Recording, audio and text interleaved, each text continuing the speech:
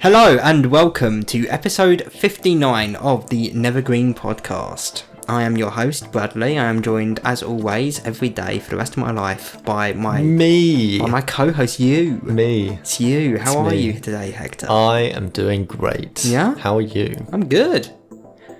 Thank you for listening, guys. Yeah, that'll be all. Yeah. I'm good. It's been a while. Because we missed one. Yeah, so we 4 weeks?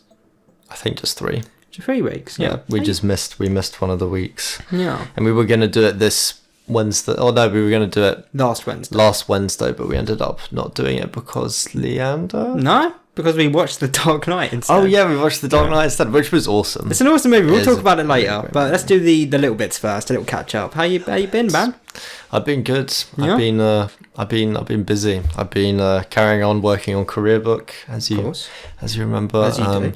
And I had the first day in the office, which marks a monumental time, which is me no longer working fully remote. So I'm gonna have to move closer to London now, which is sad. But tell me about the office. Are there a load of kooky characters? The office. Have you got a boss who's a bit of a silly guy, and then an uber serious co-worker who's like the assistant manager? Like, I've got a couple of funny bits like I said about the office. Do you fancy the secretary?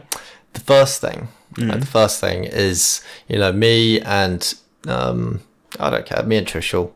Me and Trish will rock up. He's the guy on the front end team. The front end technical lead is the front end technical lead. Yeah, the front end technical lead. And we showed up early. Bright, bushy tailed, keen, ready to start the day. It was like at 8:00. I left here at 6 a.m. as you know. And the first thing that we find is that our company is rather disorganized and hasn't issued any passes for us. So we showed up, we go to the reception and we're like, hi, and give them our names, and they just gave us guest badges. I see. And there has to be a person at sort of like the gates to let us in, because obviously the guest badge was just a piece of paper that said guest. Yeah. So we can't scan it or do anything. Yeah, and all of the doors are like, you have to like scan to get through. So it was fucking useless. It's totally useless. But anyway, we managed to go in. I could have arrived. The first thing that I noticed, well, I guess the second thing, the first thing was that on the ground floor, it's very nice. It's very nicely decorated, modern, cool.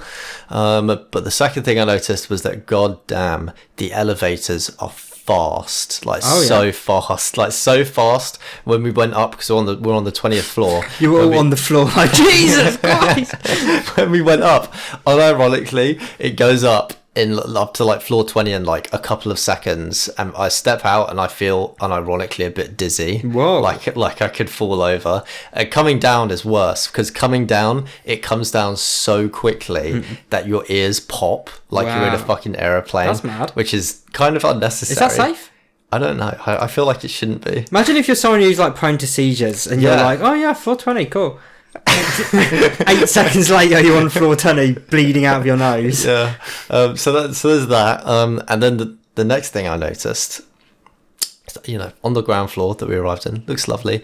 On the floor of our actual office, it's hideous. Oh yeah. It's hideous. Is it beige?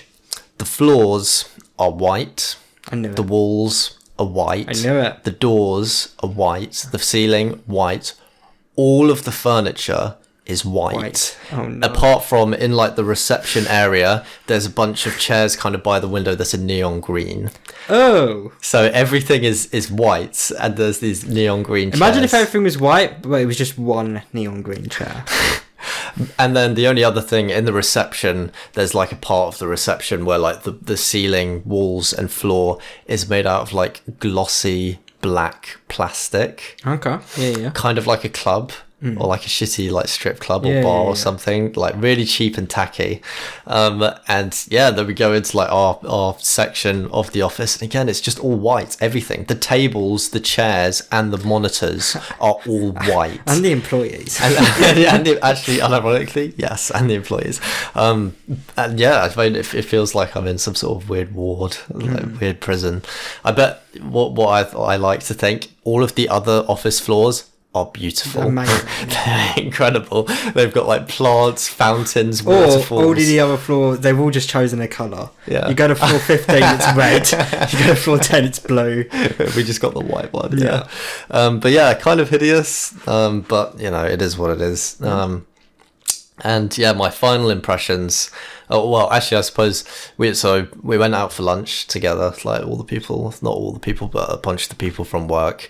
And I watched a man order a burger that was £44. Holy shit. Yeah. And I thought to it was okay. It was burger, lobster, burger. What, a lobster burger? Yeah. Well, that makes sense. It'd be £44, to be fair. But if I saw a lobster burger and it was like £12, I'd be like, I don't trust that at all. That's not real lobster. That's not real lobster. It's not real lobster, mate. But yeah, I thought to myself, God damn, if we're doing this 3 days a week, we're going to have no money left at all. Can't be buying £44 lobster burgers every day. What did you buy? A normal burger. How much was that? That was only £21. Well, actually, no, that's not even only. That's expensive. £21 That's still expensive, for a burger. Yeah. You know how much a burger is at McDonald's? $1.99. Oh my god, that is 10% the price. Yeah. And then my last impressions were just before I left. I went down to the bottom floor again to get a hot chocolate because supposedly there's like a nice little area where you can get coffees and stuff. Yeah. And they have this machine. It's like this like kitchen island type thing with like a gold pipe coming out of it. Nice. And you put your cup underneath it. Cups don't fit, by the way. They don't fit underneath it. Whoever designed it is a fucking idiot. Yeah. You have to like jam the cup underneath it to fit it under there. And then I select my hot chocolate and all of a sudden it fucking spurts steam and starts spitting water and it's broken.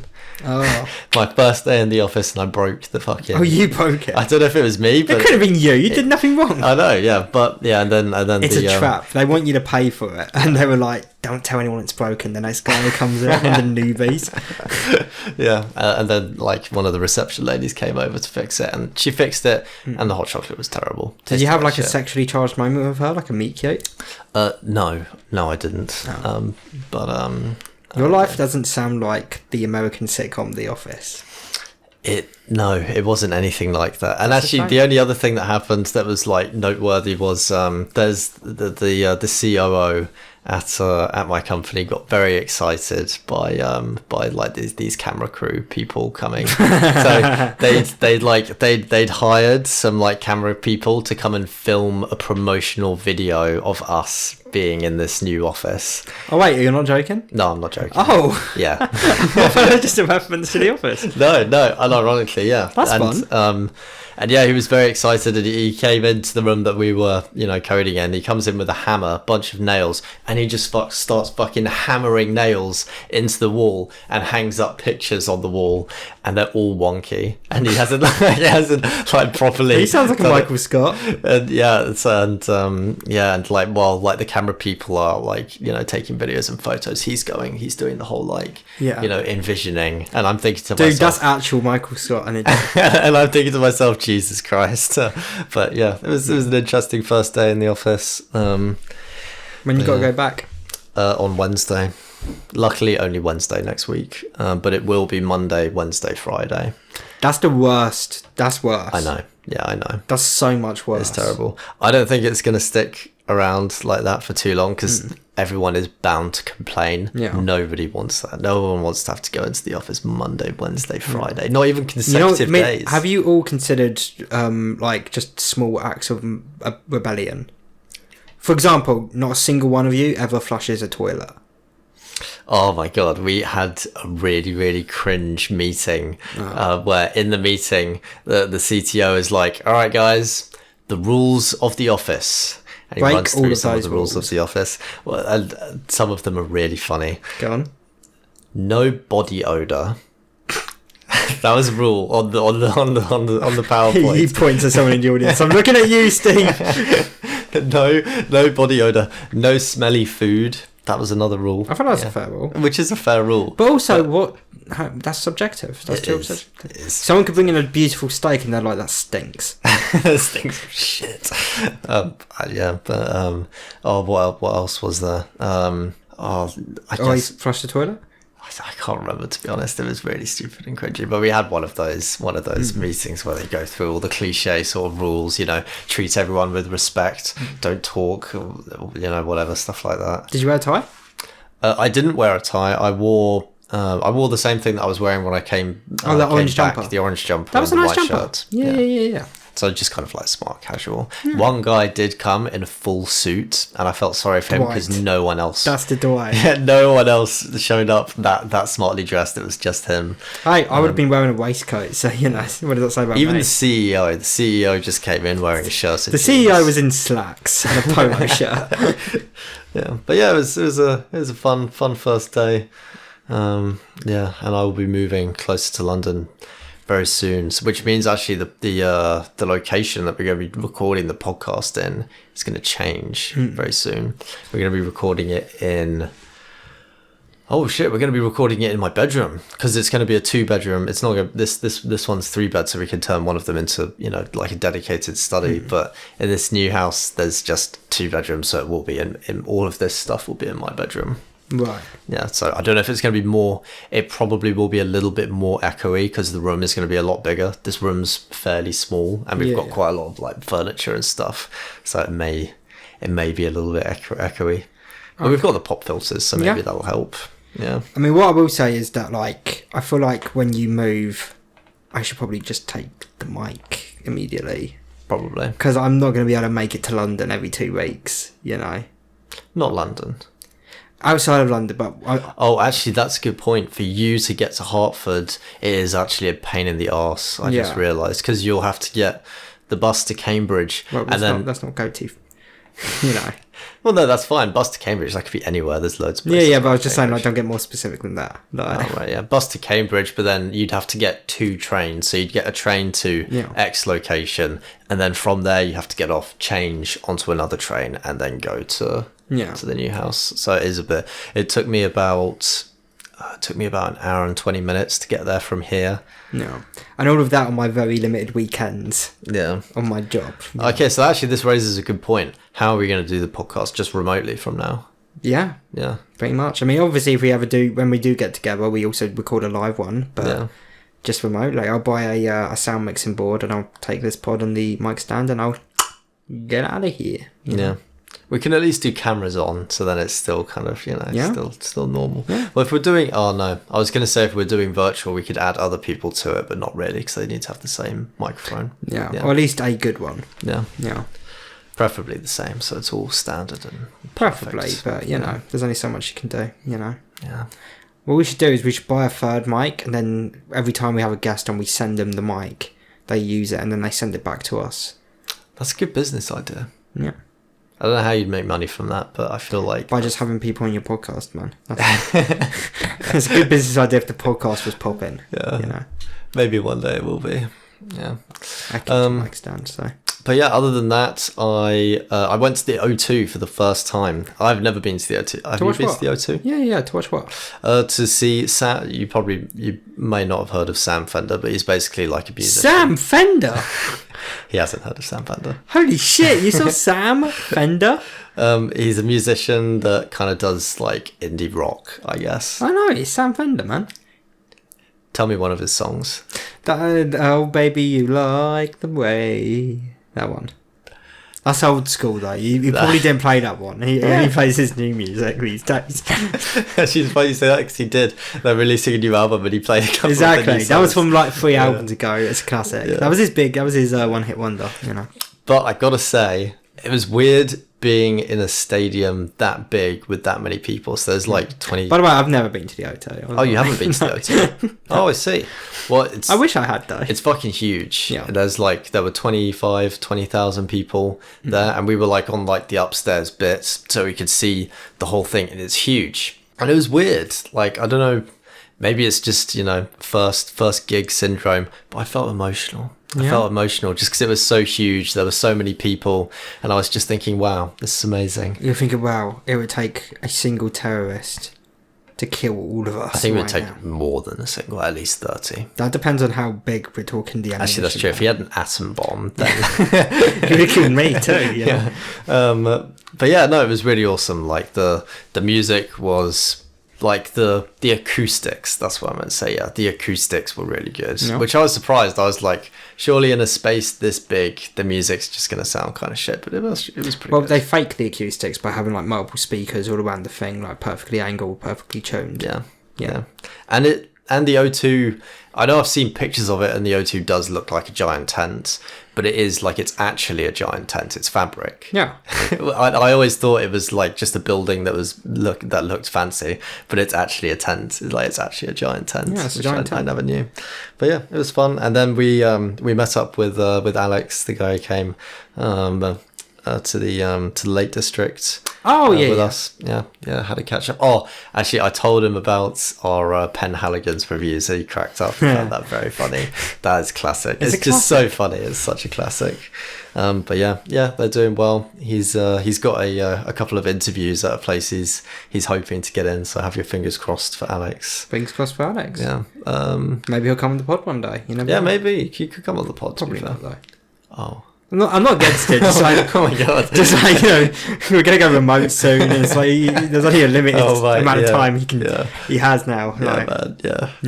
And I did invite him to come to the New Year's Eve party, but he's seeing his family in Sheffield, so he won't be able to come. I thought he was already coming. I thought they were confirmed. No.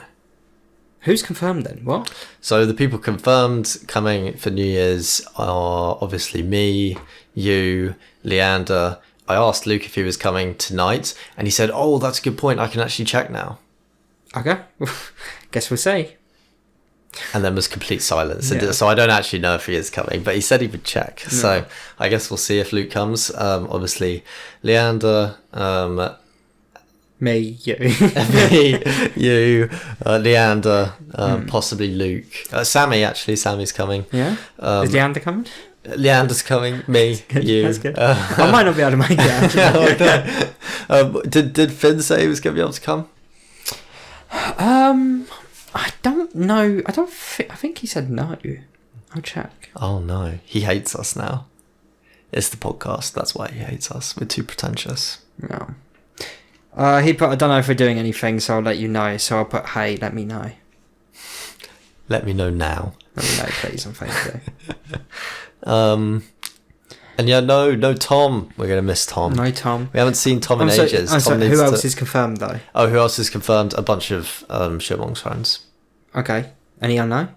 Oh, so she's coming. Yeah, is coming. I mean, Shimong's best friend. We'll censor her name probably. Yeah. Okay. Yeah. And a couple of others. But I can't remember exactly who it is that's coming. A lot of Asian names, I would say. Yes, yeah, exactly. Yeah, that's very prudent. Yeah, very poignant. Yeah.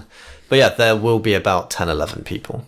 Okay, that's still good. Which is good. That's like the same sort of number of people that came to the Cambridge. You've got to let the Cambridge night out go. Every time we have an event, you're like, it's going to be exactly like the Cambridge night out. It's because it was such a good night. It was the greatest night ever. It was just a perfect night. It was pretty good. You know, that was a good night. We need to create the equivalent of the Cambridge night, but in America. When you go to America, we need to have the Boston night and the New York night, and you know. I see. Okay, yeah. Las Vegas is just going to be a state away. The Vegas night is going to be off the hook. It's going to be off the chain. We're going to live the entirety of Todd Phillips' The Hangover. Oh no, we're going to live. We're going to live the entirety of no, not even that. Of Johnny Depp. Oh, Fear and Loathing. Yes, we're going to live Fear and Loathing. That's what it's going to be like. That's what Dan would want. He'd want it to be like Fear and Loathing. Well, I'd rather it be like the entirety of Todd Phillips' The Hangover trilogy, which, as we know, was his first film trilogy that was actually about something instead of being about the concept of something. Yeah, exactly. Yeah. Because he went on to create Joker. Yeah. Which is just the concept of it's just Joker. like the concept of the Joker. Yeah. Oh, speaking of which, we watched The Dark Knight. We did. Well, how am I? Fuck me, I guess. Oh. Wait, are we still talking? Oh yeah, of course. We were still talking about me. Holy fuck. Yeah. Wow, I'm just such a busy guy. You're a busy guy. Yeah, you've got no time for little poor little Bradley. And on today of all days, this is my birthday, by the way, audience. On today of all days, it's not my birthday. That never gets old. It's a good joke. I guess finishing off, we had actually this perfectly segues into you because you stayed around mine for the past 3 days. I did. Basically house sitting. Yeah. Yeah. Other than that, what have you been up to? Not too much. I finished my uni project, which is always good. I had to write an essay and a pitch document for a film. Work's been good. Yeah. It's been a bit hard recently. There's too many jokes. There's too many bits, too many gifs and gaffs. Really, there's too many funny things in a school for disabled children. I know it sounds like oh yeah, sure. No, for real, every single day I'm laughing really hard, and it's getting really, really difficult. What? Not at the kids. whoa. Not at the kids, just at what they do. I see. Yeah. Like, I mean, that sounds good. You're having a great time. You're laughing. But it's getting compromising. For example, there's one kid. Think of any name, a random name. Emily. Okay. That's the easiest. You got a problem with that one? No, yeah, that's his Emily. But there's a kid called Emily, and she's got insane levels of attention deficit. She's insanely ADD. To the point where like she'll just she can't focus on anything, and she has a ton of catchphrases. And the three most prevalent ones are, I gave her two of them. I didn't mean to. The first one is, I was once helping her boot into a laptop. This was like, maybe September. I was helping her boot into a laptop, and it was taking ages, and she went, "How long do you think it would take, Bradley?" Because that's how she talks. And I went, "I don't know, about 10 hours. He went, "Ah!" Because that's how she laughs. And since then, every day since September, he has at least, he fucked it because it's Emily. It's a guy. He's a guy called Emily. Wait, it's a guy? Wait, is it a guy or a girl? I don't actually know. It is a guy, but you gave me a feminine name. Okay. But I went, about 10 hours. He went, "Oh!" Because that's how he laughs. He does, like, and yeah, every day. His parents named him Emily. It's a fucked up thing to do. The second one, he's done this for ages, but he'll occasionally put his fist up to you and be like, "Do you want some? You want some of this? You want some of this?" Where do you think he got that from? I don't know. His dad. He would never hurt a fly, and everyone of the teachers do it back. They'll be like, "Ah," and they'll put their fist up. But I made it worse because he kept saying punched him in the face. No, but he kept saying it, and I was like, "Oh, right, well, I think this is funny, so he probably will too." And I looked at him and I went, "Oh, you want some? You want some trouble?" And then I put my second fist up and went, "Make it double, mate. There's a trouble, make it double." Every day. Every day since that day. Since that fateful day. So many times. So many. And then the next one needs some context. We have a deputy head. I'll use his real name because I don't like him. Or should I? No, I have to use his real name because his name's an important part of it. It makes it funny. Yeah. His name's Richard. Now, Richard is incompetent at his job. I hope he finds this podcast. I hope he does too, to be honest. I don't like you, Richard. I'm sure you're a good guy, but you're terrible at your job. Here's how terrible he is at his job. There's a co-worker I have called Trudy. She doesn't work on Tuesdays. This is the sort of guy Trudy doesn't work on Tuesdays. Trudy doesn't work on Tuesdays. I said real name too. He once on a Tuesday morning came in and was like, "Oh, I really need to talk to Trudy. Is she here?" And he's the deputy head, so he should know this. And we were like, "No, she doesn't work on Tuesdays." He was like, "Oh, okay." About 3 hours later, he comes back in. "Hey, is Trudy working today?" "Oh, no, man. No, she doesn't work on Tuesdays." And he was like, "Oh, okay, bye. You're the deputy head, man. We had to tell you that twice." And then apparently after that, he went into a different class called Jellyfish. And there's two co-workers of mine called Mo and Vivian in there. He walks into Jellyfish, and apparently he's like really stressed. This was the same day. And this wasn't just a bad day. He's like this all the time. He walks into Jellyfish and he's like, "All right, listen, I need somebody. I don't care who, but I really need somebody to go into Jellyfish because Vivian is going to be going into Pandas. I need someone to go into Jellyfish." And Mo and Vivian look at each other, and they're like, he's like, I don't care who it is. Someone in this class needs to go into Jellyfish. And Mo goes, "You're in Jellyfish. He's the deputy head. You're in Jellyfish." And he gets a little bit flustered and he's like, yeah, sorry, I need one of you two to go into Narwhal because Vivian is going to go into Pandas. And my point's at, this is Vivian. And he's like, oh yeah, of course it is, right. Yeah, okay, give me a bit. And then he left the class and he didn't come back. What the fuck? What fucking place do you work at, man? He's the deputy head. Alright, this story starts. He has the worst assemblies. I hate them so much. Our old deputy head, her name was Lucinda. She had really fun, engaging assemblies. Every single one of this guy's assemblies has the exact same format. For example, today's assembly, it's always on a Friday. But today we're learning about kindness. Here is a vaguely related 4-minute song about kindness. And he'll play this song in its entirety. The song will finish and he'll be like, okay, let's sign kindness. Here is another vaguely related 4-minute song about kindness. And he'll play that second song and it will finish and he'll look and he'll grin to the audience and he'll be like, we did good. Let's play a third song. Oh my God. And the third song is the same song every time. I've played it before in the audience. It is the well done song. Where it's like, well done everyone. You did your best. We're proud of you. But every single assembly is that exact format. Play 2 vaguely related songs to the topic. Don't fucking engage with the audience once. And then play the well done song. Bored shitless the entire time.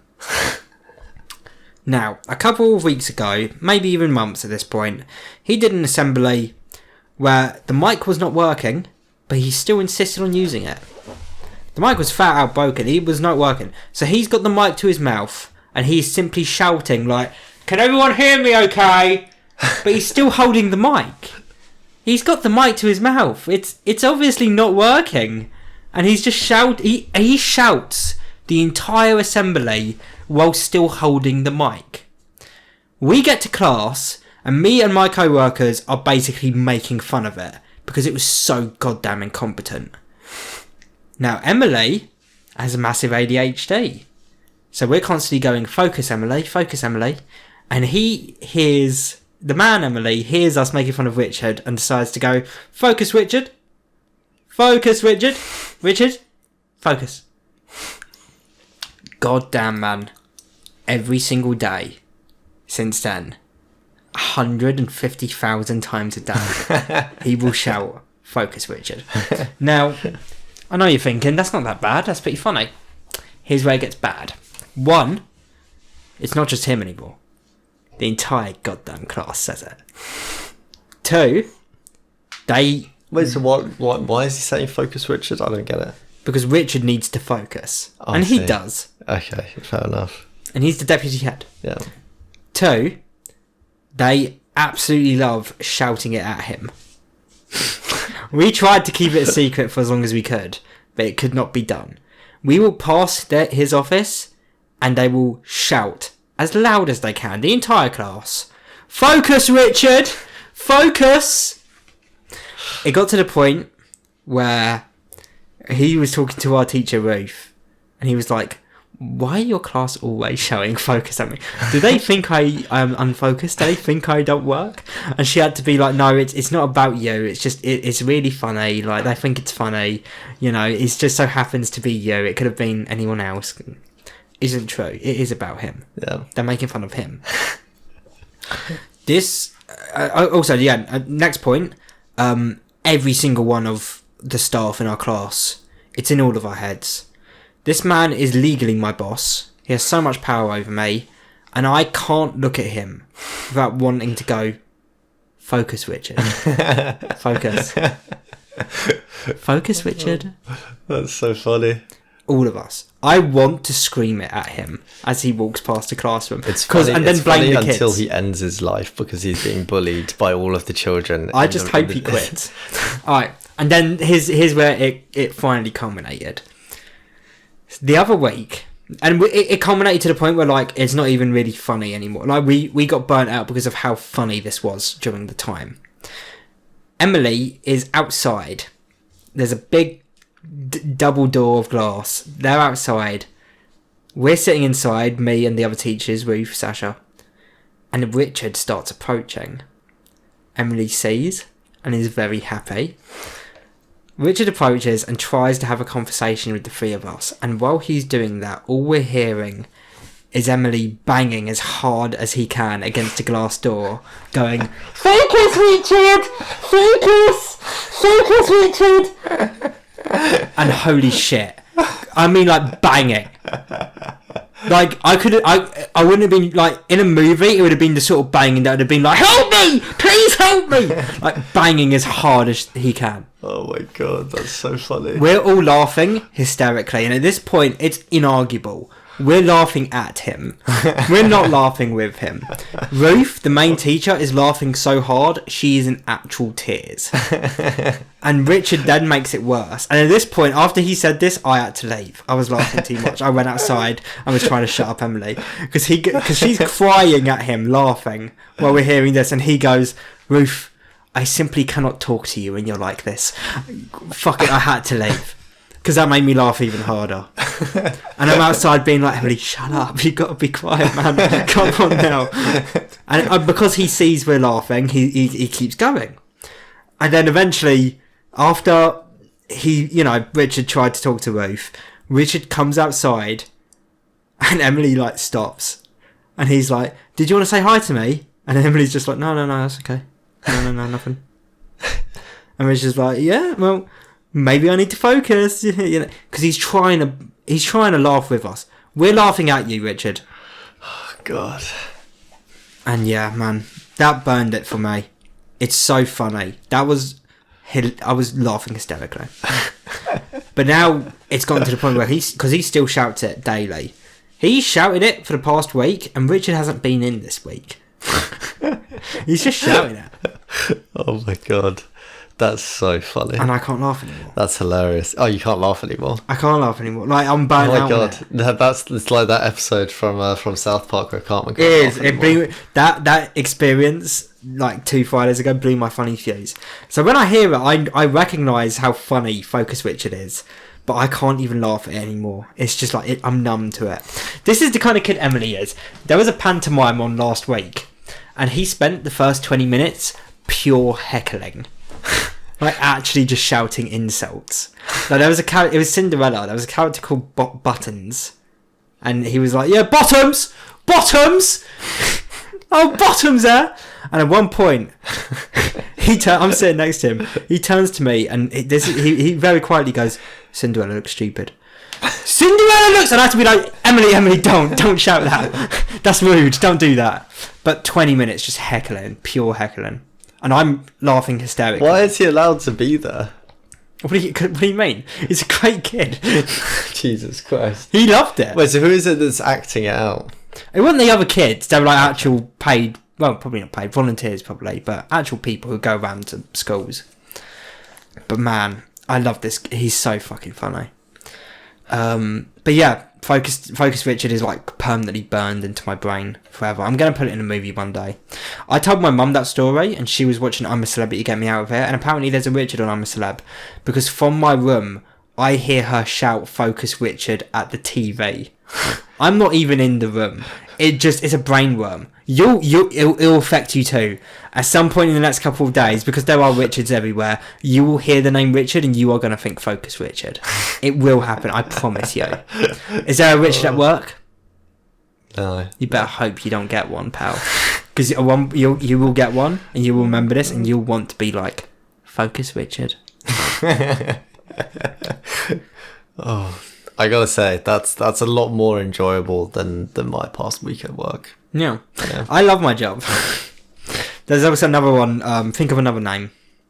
Ryan. There's another kid called Ryan who loves Tottenham, and I've been torturing this kid for the past week. What? I've been torturing him.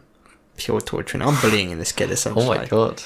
Because torture kids. For example, a couple of days ago, maybe a week ago, Tottenham and Bournemouth had a match, and Tottenham lost against Bournemouth. So obviously, I'm a considerate guy. I come in the next day wearing my Bournemouth University hoodie. Nice. And as I greet him in the hallway, I point to my hoodie and I'm like, "Oh, boys, smashed your boys, mate! Tottenham sucks! Tottenham sucks!" And he's like, he's a really sweet guy, and he's like, no, you're a fake fan, you're lying. And then a couple of days after that, there's a bed in our common room, and we like make the bed. It's like life skills. And there was an Arsenal sheet, and I made him put the Arsenal sheet on. And I was as he was doing it, I was getting close to him, being like, "We love you, Arsenal, we do." And he's like, "No, no, no." And now guess who's gotten in on that? Emily. Emily's gotten in on it, and now he'll just randomly be like, "We love you, Arsenal, we love you, Arsenal." It's great. I love my class. And I spent the past 3 days here, as you said. Yes. Yesterday got like weirdly lonely. Imagine spending an entire 7 days, but all day in the house on your own, and then all night, because you went to work. But imagine spending all day and all night, crazy. Mostly in this room, actually. You know, if that ever happens, you can call me, man. I'll come round. I'll pop by after work, spend the night or some shit. Because honestly, it proved to me, like, man, I could never really live alone. No. I just couldn't. Yeah, it does. I was going to during COVID, and then I got a week into it, and I was like, I'm gonna kill myself. I need to go home. Yeah, man. Yeah, it's a big piece having family or friends around in the house. Like, yeah. I would always need a flatmate or something. Yeah. I need something. I need like wacky neighbours who can just pop in every day, like Kramer from Seinfeld. The real one. Yeah. But yeah. Also, as I've started to get older, I really have started to feel the effects of bad posture. I'm in constant pain. Like, unironically, just at the start of the podcast, I was sitting like this, and then I sat up. Yeah, I saw you stretching during my story. Yeah, because I really started to feel it. I really have started to feel it. If I don't sit up, I kind of get it in my what do you call it? Kind of like in my shoulders, where like if I kind of relax and like let my shoulders slouch forward for too long, oh man, I need to get in the habit of kind of holding my chest like out so your shoulders stay straight. Yeah, we're getting old. The other day at work, I sat in a beanbag. And my God. It destroyed you. The noises I genuinely made, like unironically made, getting out of that beanbag, I was like, oh my fucking God, what have I become? They were like, come on, Bradley. And these were probably the noises I made. I was like,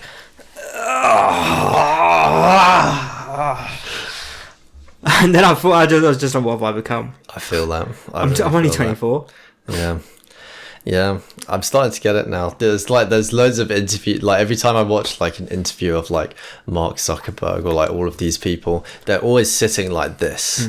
And now I get it. Now I know why. Because if you don't sit like that, you're going to be fucked. Like your back and all of your like posture and all of your like. You know what I plan on getting one day? What? One of those treadmill desks.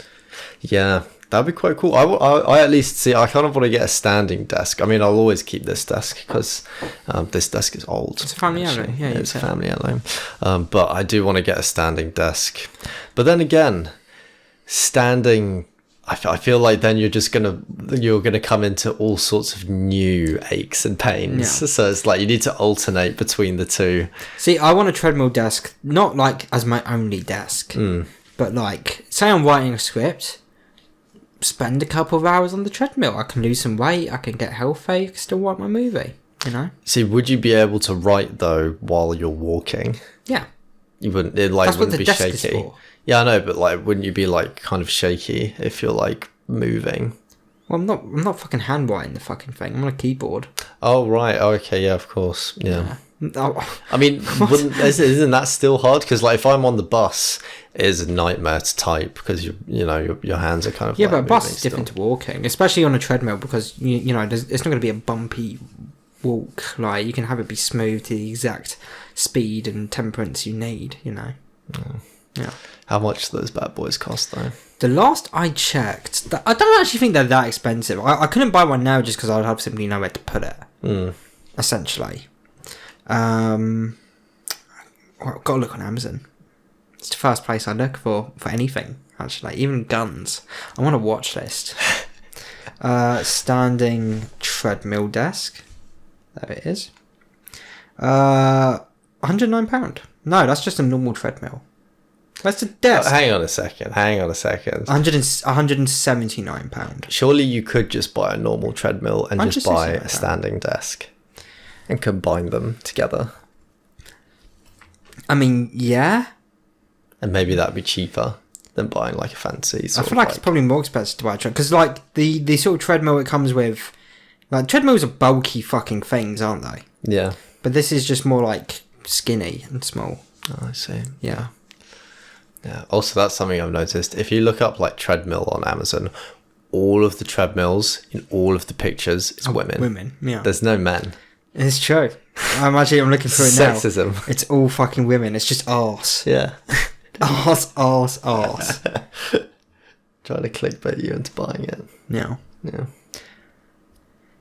So we watched The Dark Knight. Yeah, we watched The Dark Knight. Yeah, so that's our catch-up's done. Well, to be fair, it's been 3 weeks, so a lot's happened, I guess. Yeah, a lot's happened, I guess. Yeah, we watched The Dark Knight purely because I just randomly... You've never seen it? No, I've never seen The Dark Knight. You've never seen The Dark Knight? Yeah, but... never even heard of it. I was like, do you want to watch The Dark Knight? I had heard it, so I'd actually listened to the soundtrack before watching it. And of course you know it from the memes. Exactly, yeah. I knew it from the memes as well, yeah. You know, you the like, joke clapping, yeah. you know. Exactly. The Rachel meme. Like, exactly, yeah. But no, I listened to the soundtrack again just randomly and I was like, damn, it has such a good soundtrack, that movie. And I was like, fuck it. And you were like, yeah, let's watch it. So. No, that's not because you were like, the soundtrack's so good. And I responded being like, yeah, it is. And that's still not the best part of the fucking movie. Yeah. The soundtrack's amazing. And that's like the least amazing thing about The Dark Knight. That's how good that fucking movie is. Yeah, you know? It's a very good movie. It's a very good movie. What was your favourite scene from The Dark Knight? What's your favourite scene from The Dark Knight? What's your favourite scene from The Dark Knight? What is my favourite scene from The Dark Knight? What is your favourite scene from The Dark? From The Dark what? From The Dark Knight. Oh, right, okay, I see. I hadn't finished, I wasn't sure. I said it. Right. Oh, I didn't hear that part. Yeah, I just said it quiet. I went The Dark Knight. Oh, right, I see. What is my favourite scene from The Dark Knight? What's your favourite scene from The Dark Knight? What? It's my favourite scene from The Dark Knight. I don't care anymore. I'm thinking about it. I feel like, unironically, my favourite, maybe possibly, perhaps not my favourite, but at least up there. So this isn't actually your favourite scene. It's up there. From The Dark It's up Knight. there. It's one of my favourite scenes. It's the first scene. The bank heist. Yeah, don't blame me. It's a fucking amazing scene. It's a really good from scene. The Dark Knight. From The Dark Knight. From The Dark Knight. Yeah. It's an amazing scene. From The Dark Knight. From The Dark Knight. Yeah. The Dark Knight. What about you? What is your favourite scene from The Dark Knight? My favourite scene from The Dark Knight is one I talked about it in uni, in college. I think it's so good. It's the interrogation scene between Batman and Joker. Yeah, that is a very good I think scene. it's not only is it an amazingly written scene, but it's an acting masterclass.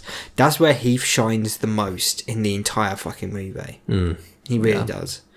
And another one of my favourite scenes from The Dark Knight is the whole exchange of the boats and the prisoners.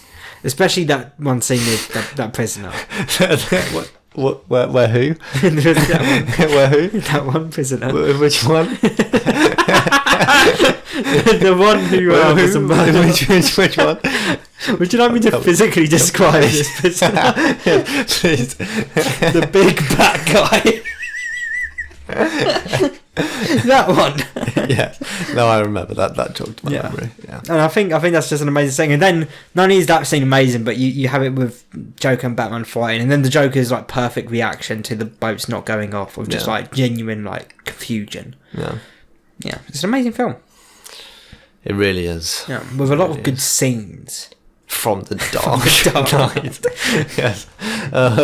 But yeah, really good. Really, really good. Yeah, and we listened to it. I was I was hoping that I could, also partly blow our ears off, but we only had the one speaker to connect it to because the other one is dead. But alas, either way. I saw it in cinemas earlier this year. Really? Yeah. The Dark Knight. Dark Knight. I saw the entire Dark Knight trilogy. Wow. In cinemas earlier this year. That's pretty cool. Yeah. Honestly, it pissed me off a little bit though, because The Dark Knight, it was amazing seeing it, but for the first 20 minutes, there were these fucking guys in the cinema that just kept going under their breath. Rachel. Literally, there was two of them. Rachel. What? Rachel, Batman. Rachel. Why? Batman. Just for the memes. It was funny. If I hadn't already seen The Dark Knight, I would have been fucking livid. But for real, for like the first 3 minutes, you were just, and I mean like pretty consistently, like at least once every like minute, you just hear like a distant Rachel. Yeah, that's quite funny. But then they eventually stopped. Thank God. But yeah, what would you rate The Dark Knight? What would you rate every individual scene in The Dark Knight? I would rate every individual scene in The Dark Knight. Wait, you want me to rate every single scene? No, just rate the entire film. Rate the film The Dark Knight, please. Please? Rate the film The Dark Knight. The Dark Knight. Yeah, like the film The Dark Knight. I would rate it either an 8 or a 9 out of 10. Bold. Yeah. I gave it a 6. Wait, really? No. Oh my God. No, it's a 9. It's definitely a 9. Yeah, fucking solid. Right? You know what is a 6? The Dark Knight Rises. Ah. Yeah. Which is ironic because it actually falls from a 9. Yeah. It should have been called The Dark Knight Fell. The Dark Knight fell from a 9 to a 6. Yeah. I know they should have made a sequel to that called The Dark Knight Rises again, where it's either The Dark Knight Rises again. It goes up from a 6, so it could go back to a 9, maybe even a 10 this time. You know. I like that. That's a good concept. Yeah, but yeah, I like the film a lot. Batman Begins is also great. Batman Begins is slept on. Batman Begins is an 8. A really great film. What happened to Batman Begins? He's fighting Liam Neeson. Oh yeah, that's a good one. Yeah. The Batman Begins, But yeah. The Batman Begins. Batman Begins. Yeah. A lot's happened since we last talked. I've got some topics on here that are very outdated. Really? Yeah. Such as? For example, did you hear Jake Paul had a fight with Mike Tyson? That was a while ago. Is this what it's come to? At the time I thought it was an interesting topic. Yeah, to be fair, it kind of is. Yeah. He won. See, did he? Well, Mike Tyson is old as shit. I feel like I could beat up Mike Tyson. How old is Mike with a Tyson? single brick in a pillowcase. How old He's is in his he? 60s. Okay, that is pretty old. It's pretty old. And Jake Paul is, I think, like early 30s. Yeah. And he's been training. So And every day he fights a grizzly bear. Yeah. Which is like the best training you could get against a 60-year-old man. Yeah. Yeah. Yeah. So, I mean, probably a little bit of an unfair fight. Definitely an unfair fight. But then again, you could argue that it's unfair because Mike Tyson is like a legendary boxer and Jake Paul is like a YouTuber. Well, if you ask Jake Paul, he considers himself more of a boxer now. I don't. I just consider him a twat. I consider him a douchebag. A complete mug. Yeah. But yeah, and then it's funny though, because I heard a lot about it, so I looked it up. Pretty much every fight he's ever won has been against someone who's like 20 years older than him. The last fight he won was against this retired, first of all, not even a boxer, a retired MMA fighter. Who was it where KSI was fighting someone? Was that Jake Paul as well? Or no, he fought Logan. His brother. And his KSI won? brother. No. Yes? I can't remember. I don't remember you. I don't care. I don't care enough. I don't care enough. I would have assumed that he'd win. I'd hope he'd win. I hate Logan more than I hate KSI. KSI, actually, here's a bit of recent news. It's not on the list. KSI dropped a new song today. And apparently it's actually really good. Like, a lot of people think it's really good. Today? Yeah. I haven't heard it. Shall I listen to it now? We can. But here's why it's noteworthy. Because it's not a KSI song. He's only in like 20% of the song. The other 80% of the song are by a female singer that for some reason he's come out and said that he's legally not allowed to credit. I've listened to the song. and I've come to the same conclusion that a lot of people have, which is that this might be Billie Eilish. I know what's it called. It's Dirty. I think it's called Dirty. Yeah, I found it. Yeah, I mean it's better than the last one. Well, I'm in the thick of it. Everybody knows. Actually, no, that song's the best song of all time. I thought it was a go. Yeah, I've got it tattooed completely on my back, the entirety of the lyrics. But yeah, I think it's alright. I think it could be Billie, 100%. I think it sounds like it is Billie Eilish. Yeah. It's just weird because if it is, either way, whether it is or isn't, why would he legally not be allowed to say who it is? Maybe she said she didn't want to be credited. Maybe because of all the bad PR that he's gotten. Yeah. Or it could be like her team. You know, because every like singer these days has like their own PR team. Yeah. Maybe the PR Taylor team Swift is like a team of 40 men and one blonde woman called Taylor. I don't know, but yeah, that wasn't a main topic by any means. But yeah, Mike. Who do you think would win against you versus Jake Paul versus Mike Tyson? A 3-way match, right? I think I'd win. Yeah, I think you'd have a chance. You're both different, man. I think I'd win. Yeah, I'd win by knockout. I'd win by cleverly. Cleverly,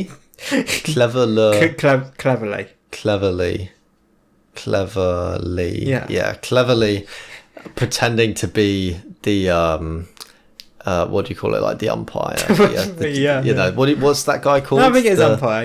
Yeah. I'd pretend to be the umpire, and then like I'd let them fight until they're both almost out, and then I'd come in and I'd take out the last guy. Yeah, that's smarter than my plan. What was your plan? I would draw a very realistic six-pack.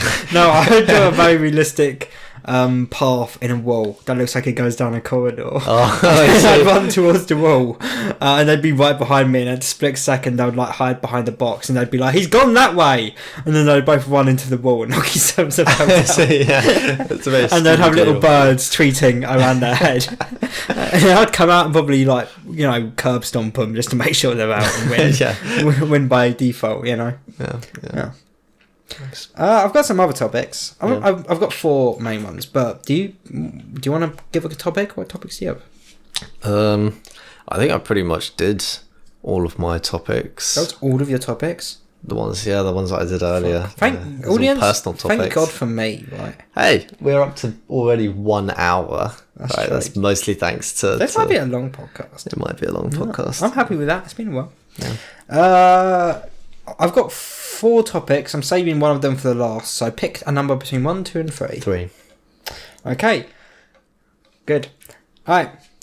So Juice WRLD released his last album. Oh God. Yeah. Yeah. I wanted to talk about it. Have you actually listened to any more since? No. Alright.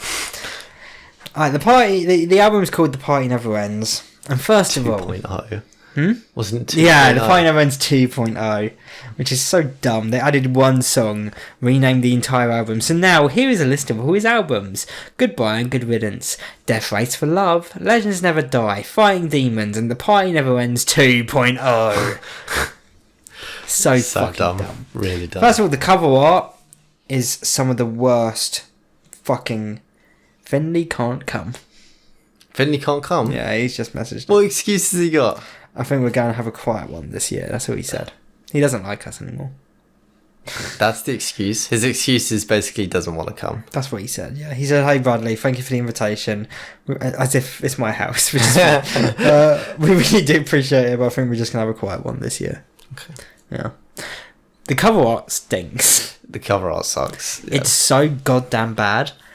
Like, it's so bad. Imagine pre-ordering the album before it came out and you knew what it looked like on vinyl, and then on the day it comes out you've avoided it successfully, and you get a package at your door and you're like, "Oh my god, it's the new Juice album, I can't wait to see." You take off the package and that's staring at you. I'd be like, "Oh my god, what have I done? I spent $800,000 on this." I don't know how much vinyls are. It's so bad though. See, my theory, or my thesis, my thoughts on this is... It's a Make-A-Wish thing. Shit filters down from the top. And what I mean by that is, take for example, actually, maybe this is a weird example, but the KSI song, right? The previous one he did, terrible. Where he's in the thick of it and everybody knows. Yeah, and this one that he did is better. And probably the biggest difference there, or take for example like DJ Khaled, loads of his songs are terrible, awful, and I think the reason why is because when people come together to make something, to make a piece of art, and they're only doing it to make money, it's always garbage. Always 100% of the time. Like that KSI song, the shit one, you can tell they just did that to try and make as much money as possible. They spent money on marketing and PR to get loads of attention to it. In it. Exactly. Yeah. Is that his name, or is it Trippie Redd? Trippie Redd. Yeah. Trippie Redd. Whereas like the next one that he's done sounds a lot better, but has had no marketing, probably because they're not, they just did it. They did it to not make money, but to try and make something that sounds good. Same with this. Juice WRLD is dead. You can tell in all of the songs that you showed, they don't care to be there. They've probably just been paid to be there. Dude, that Eminem fucking verse in Lace It, it's so goddamn boring to listen to. Yeah. He sounds like he's like taking a bunch of sleeping pills and it's 4 a.m. and he's like, alright, fucking, we're done for the night? We're not? Well, what's next? Oh, fuck that one. The same is true for films and TV shows. When people come together and the motive was just some business guy trying to make money, the films are always terrible. They're always terrible because without someone who's passionate about the idea, it can't be good. The same's true for music, any kind of art form. It can't be anything that's actually good if it's just about the money. And I know what some of the audience are thinking. Maybe they're thinking like, but Bradley, it's not as if this is like new music. Juice WRLD has been dead for 5 years. How can this be a bad album? We got to understand, audience. The album's not bad, particularly because like the music on it is bad. There's quite a few songs on here like that I like on their own. A lot of them I don't like because they sound like shit because they've changed the mixing. They've had fucking Benny Blanco come in and fucking reproduce it and it sounds like fucking garbage. And then they've thrown stupid fucking... Oh yeah, let's have Fall Out Boy on this song that's so goddamn auto-tuned it sounds like a fucking robot. No, I hate those ones. But then you've got the bangers that I like for example, I played you these 3, Empty Out Your Pockets, Oxycodone, and fucking RTM. Oh my god, I'm really tired. KTM Drip. I really like all 3 of those songs individually. My main problem with this album is that, apart from the cameos, it's like really just fucking depressing album. It's like a sad album, and it didn't have to be, because Juice WRLD he has literally thousands, or at least 1,000 unreleased songs, and some of them go really fucking hard. 1,000? How? Because they've all been leaked since his death. But how is it possible for anyone to have 1,000 songs? Because he would go into the booth and he would spit for 24 hours straight, complete freestyles over beats, recording all of it. Holy shit. Yeah. A lot of the songs he made, and a lot of these, leaks, weren't ever even meant to really be released. They were just for the catalogue. They were just shit he would... The last song in this album is, I can guarantee you, because I remember we played it. I played you that one. It was so goddamn mid. That's exactly what happened there. That was just a freestyle that he spat out in one take. If Juice was still alive, that would probably never have been released. He still made it, But he's got so many goddamn unreleased songs that are incredible. He's got Rental, which is fucking great. He's got K Like a Russian, which I love. He's got Been Through It with Miley Cyrus, which, unironically, I love that song so goddamn much. And it's like, man, you've got Murder Scene and fucking... What happened? This could have been a hype goddamn album. And instead, and it's this last one, people are going to be like, wow, Juice really was just like a mumble rapper, like an emo rapper. No, he wasn't, man. This guy had so much fucking hype. And it breaks my heart. Breaks my heart. Upsets me. Well, all we can hope is that the production company didn't make the money they were hoping to make. Apparently it massively underperformed. But the guy's also been dead for 5 years. The fact that it didn't hit #1, I feel like that's actually fair. Yeah. Do you think if Michael Jackson suddenly had an album of unreleased music right now, it'd hit number one? I do. Yeah, I definitely would. Undoubtedly. I don't know why the guy on a totally different level. The guy is so different. That was the undisputed king of pop. If you went up to a random person in the streets and said, "Do you know Michael Jackson?" everyone would say yes. If you went up to a random person in the streets and said, "Do you know Juice WRLD?" I feel like most people would say no. I don't know about most. I think most average people would probably say no. I feel like if you played some of their songs, I would have heard one of them though. I'm talking average people. Average meaning not average people our age. Average people. So like no, fair enough. That goes like through whole. Fair enough. You know, yeah. There's more people older than us than there are people our age. So like people in your mum's generation. Not for long though. Grandparents' Those generation. people are going to die soon and will be the oldies. That's true. Yeah. But yeah, I give The Party Never Ends as an album a fucking like 2 out of 10. Here's the thing about an album. An album is more than just a collection of songs. Way more than that. An album should have like an emotional fucking arc and a journey. Alright? My favourite Juice WRLD album, Death Face for Love. Fucking, you go hype at the beginning, you kind of slow down a bit in the middle, and that's where, in the middle is where you get kind of the stuff like Won't Let Go and Bee's Knees and all that stuff. Well, in the beginning you got like Hear Me Calling and fucking the hype songs like that. And then, you know... And then at the end, you go, like, fucking hard. Like, just spin, you know? And, like, I can listen to all of that and be like, God damn, you know, I feel every single peak of this. And my favourite album of all time is Childish Gambino, Awaken My Love. Just a fucking funk R&B album. Just emotional climaxes all over. This is basically just some dickhead's playlist of unreleased Juice WRLD songs. There is zero emotional cohesion through any of it apart from sad. But even then, like KTM Drip, the lyrics are sad, but legally it's a hype song. Why is that suddenly in here? Like, you'll be like, this is sad, this is sad, this is sad. This one goes pretty hard, it's also sad. And now we're back to sad. It's like, what are you doing? What are you doing? Yeah. This one's boring. Eminem's lyrics in Lace It.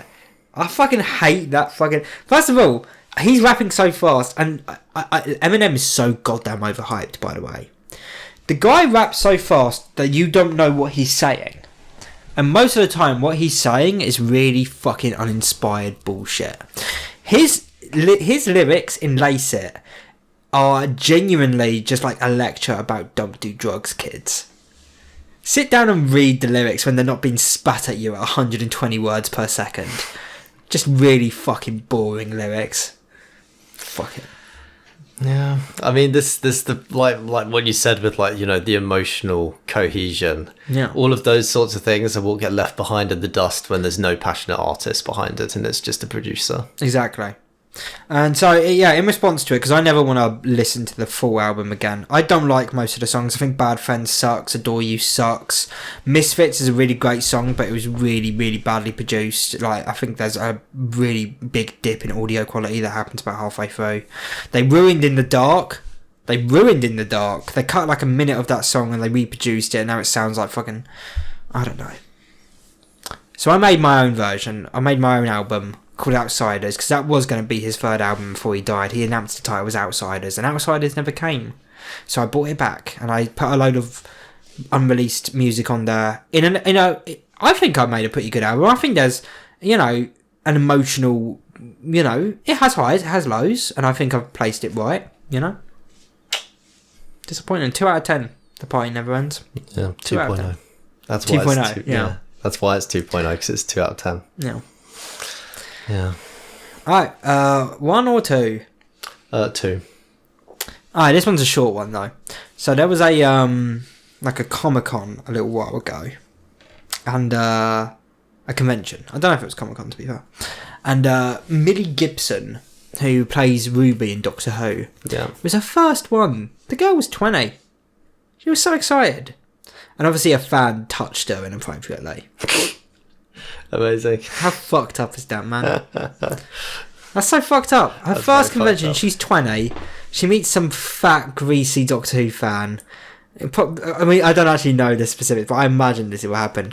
Meet some fat, greasy Doctor Who fan who's like, "Can I take a picture with you?" And she's like, you know, she was smiling through the plane, like, yeah. And then they get close, and he probably like fucking put his hand down her back and like fucking grabbed her ass or something.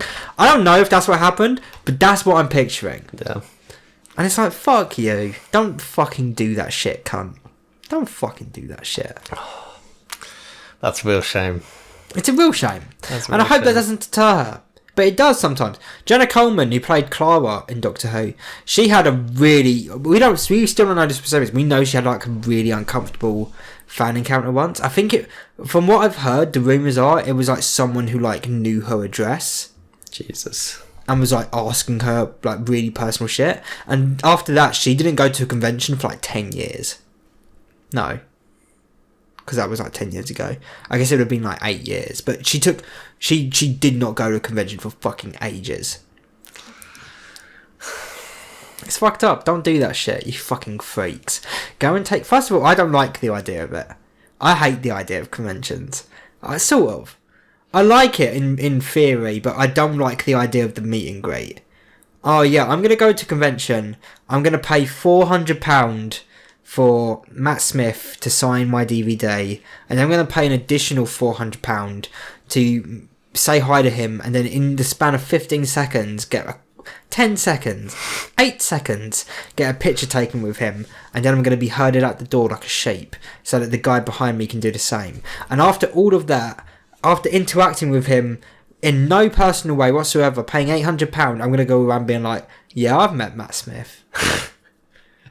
Fuck that. Yeah. Fuck that. Yeah, I agree. I love Matt Smith. No way in hell would I do that. I'd feel gross. I'd actually feel gross. How many people do that?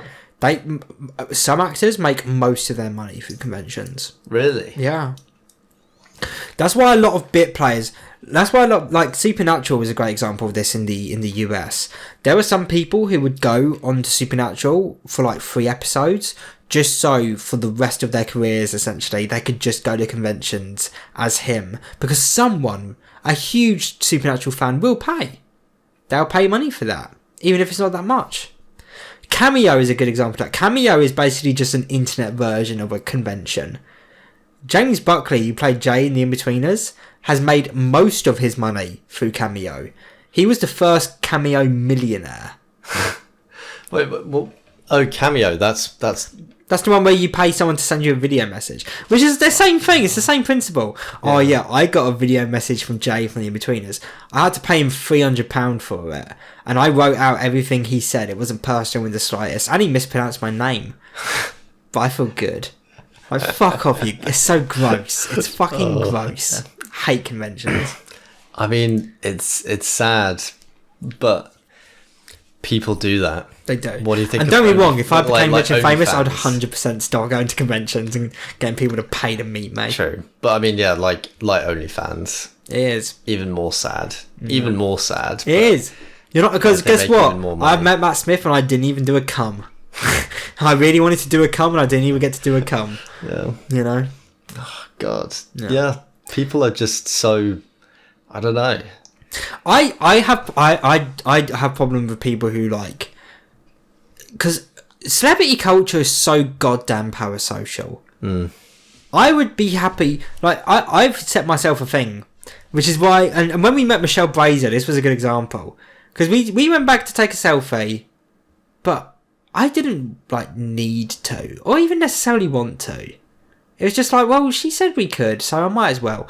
But if I ever just bumped into a celebrity, like in real life, I wouldn't ask for a picture. Like, say I bump into David Tennant, genuinely, and there's no way of really knowing until I do it, but I believe this about myself. I don't think I'd ask for a picture. I'd just go up to him and be like, hey man, I fucking, you were my doctor as a kid, means a lot to me, just love your work, man. I wouldn't be...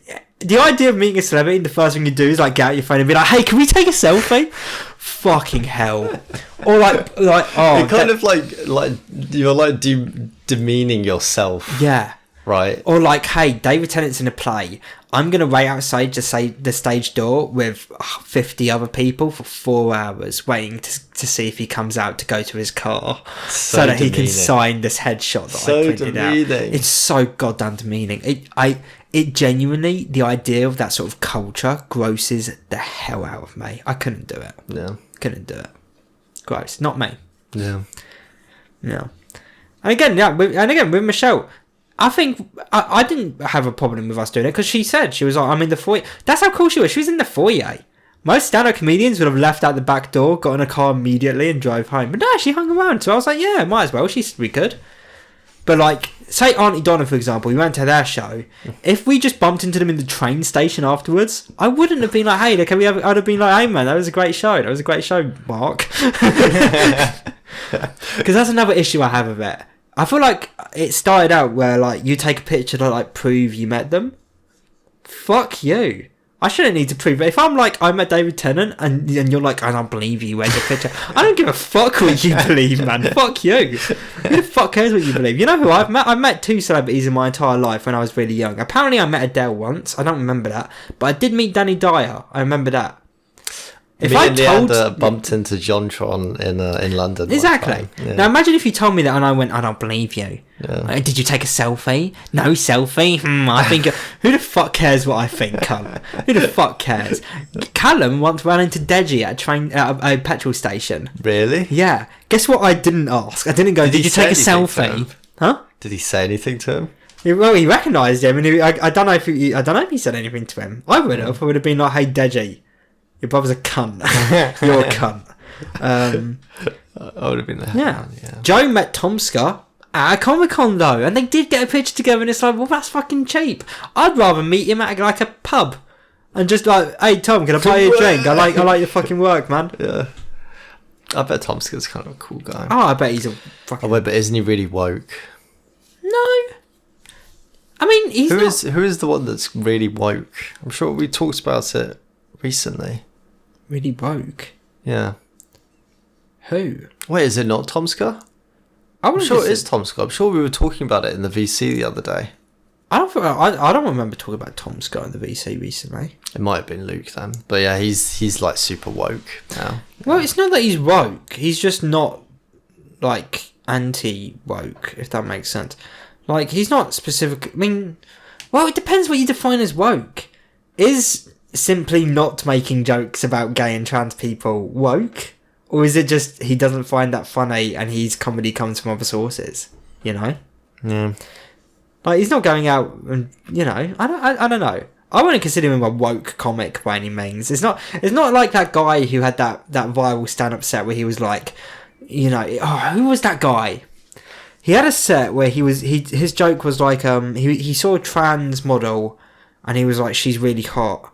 And his friend was like, oh, doesn't it bother you that she used to be a man? He was like, no, that doesn't bother me. Scarlett Johansson's really hot and she used to be a baby. And I think it's much worse to fuck a baby than it would be a fucking man. She used to be a baby. And I don't remember who the comedian was. I mean, that's a woke comic. Yeah. That's what I consider a woke comic. Not just someone who just doesn't mention it at all. Like...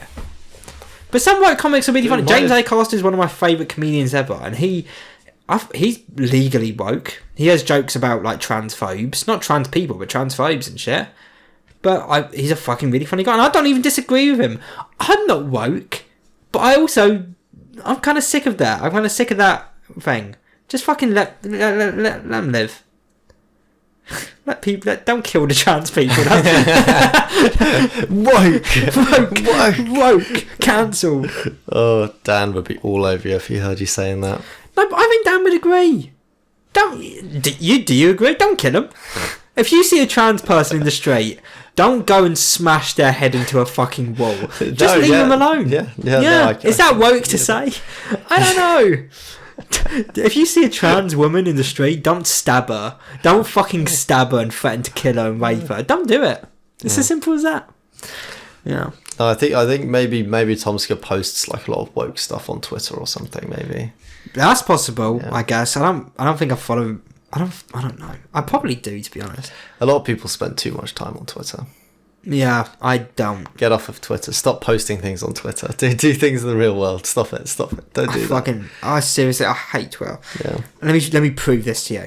I'm going to go on Twitter, and I've talked about this before in the podcast. I'm going to go on Twitter, and it's going to come up automatically with the For You page. Yeah. Which is not my following page. These are accounts that I don't want to see. Yeah. I don't care if you say it's for me. I don't want it. No, because I'm muted Elon Musk. I'm sick of him. But it's going to be the For You page. So here we go. Ready? Yeah. There it is. There it fucking is, mate. I don't want that. I want this. This is the shit I've specifically curated for myself. I don't want to see your fucking stupid For You bullshit. What is on the For You page? Alright, let's click. I'm finally watching it, and I just want to say that every big Lig Fem account on here that said they watched the Lily Phillips documentary. What? I don't know. Hang on, that's the same one that was there ages ago. Who the fuck is Lily Phillips, and why am I seeing something? Whoa, what? What do you mean, what? That can't be the same one that was ages ago. That was 5 hours ago. I'm confused. Why are you tripping right now? Are you getting like deja vu? That was so weird. What was? Because didn't we do that on the previous podcast? On the previous one to this one? Yeah. No. We did it ages ago. Like ages ago on an episode. When they first changed it to X, I talked about it. No, you read exactly the same thing. Huh? I couldn't. It was 5 hours ago, bro. It was posted 5 hours ago. Nah, man. Yeah. No, man. Is that a screenshot of it or something? No. That's the tweet. That's the original tweet. Let me see it.